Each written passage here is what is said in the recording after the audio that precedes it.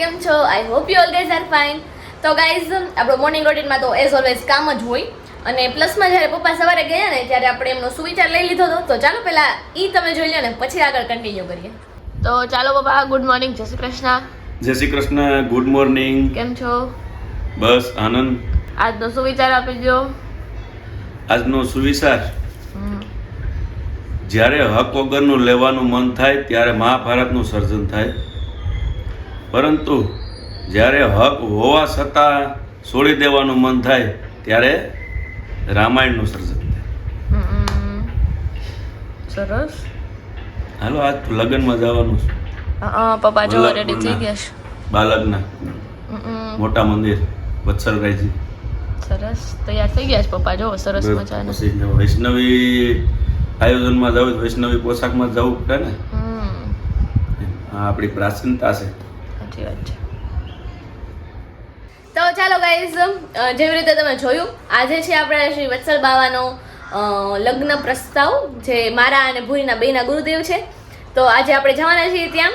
ખૂબ સરસ મજા આવે એવો માહોલ હશે, એટલે તમને મજા આવશે, નવું નવું જોવા મળશે. તો બ્લોગમાં એન્ડ સુધી બન્યા રહેજો. તો ચાલો, જ્યારે પપ્પા તો ત્યાં ગયા જ છે અને હમણાં પાછા ગયા હતા. એ સવારે ગયા હતા ને અત્યારે ગયા છે. આપણે હમણાં જવાનું છે 6, 6:30 વાગે. હજી તો 5 વાગ્યા છે. તો ચાલો આપણે પહેલા અંજલિ દીદીની અપડેટ લઈ લઈએ. તો લેટ્સ ગો. તો અંજલિ દીદી કેમ છો? તો તમારા હેરકટ સરસ રહી છે. તો શું છે આજની અપડેટ? કઈ નવી નવી તો કઈ છે નહીં. કામ નાસ્તા પાણી થઈ ગયા છે નહીં?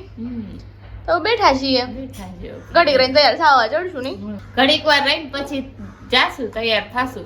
હા, પછી જાવ વરઘોડામાં. વરઘોડામાં જાશું. તમને બતાવશું અમે વત્સલ બાવાના વરઘોડા.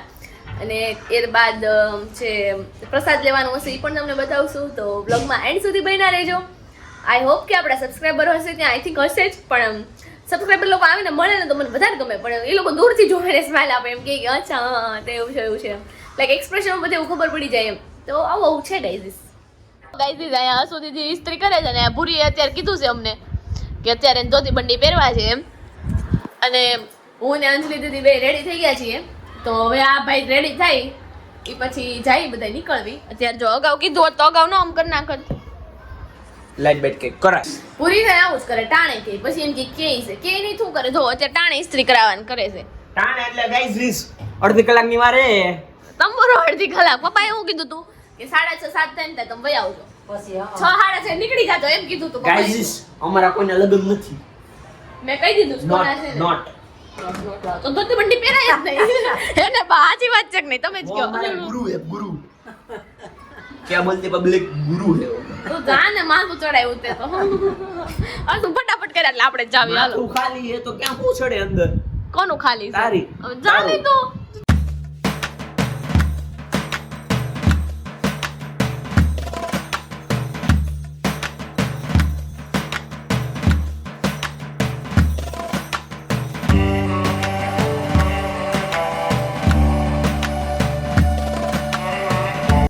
તો જો મિત્રો, અહીંયા અમે આવી ગયા છીએ શ્રી વત્સલ બાવાના લગ્ન પ્રસ્તાવ માટે. અહીંયા ઘણા બધા વૈષ્ણવો હાજર છે. અહીંયા એલઈડી સ્ક્રીન પણ લાગેલી છે જેનાથી બધા જ લોકો જોઈ શકે. પછી અમે બેસી ગયા પ્રસાદ લેવા માટે. અને આ જોઈ લો ગાઈઝ, બહુ જ સરસ છે. ડેકોરેશન એકદમ મસ્ત હતું. અહીંયા અંદર પણ 4 એલઈડી સ્ક્રીન લાગેલી હતી. અને હમણાં તો મજાની વાત થવાની છે. ઉભા રહ્યો. તો આ જો અહીંયા આશિત કુમાર મોદી પણ આવેલા હતા હાજરી આપવા માટે. એ તારક મહેતાના પ્રોડ્યુસર છે, જેમ કે બધા ઓળખતા જ હશે. તો આવો માહોલ હતો ગાઈઝ. તો ચાલો હવે આગળ તમે લોકો એન્જોય કરો. અહીંયા વત્સલ બાવા પણ પધારી ગયા છે. તો લેટ્સ ગો.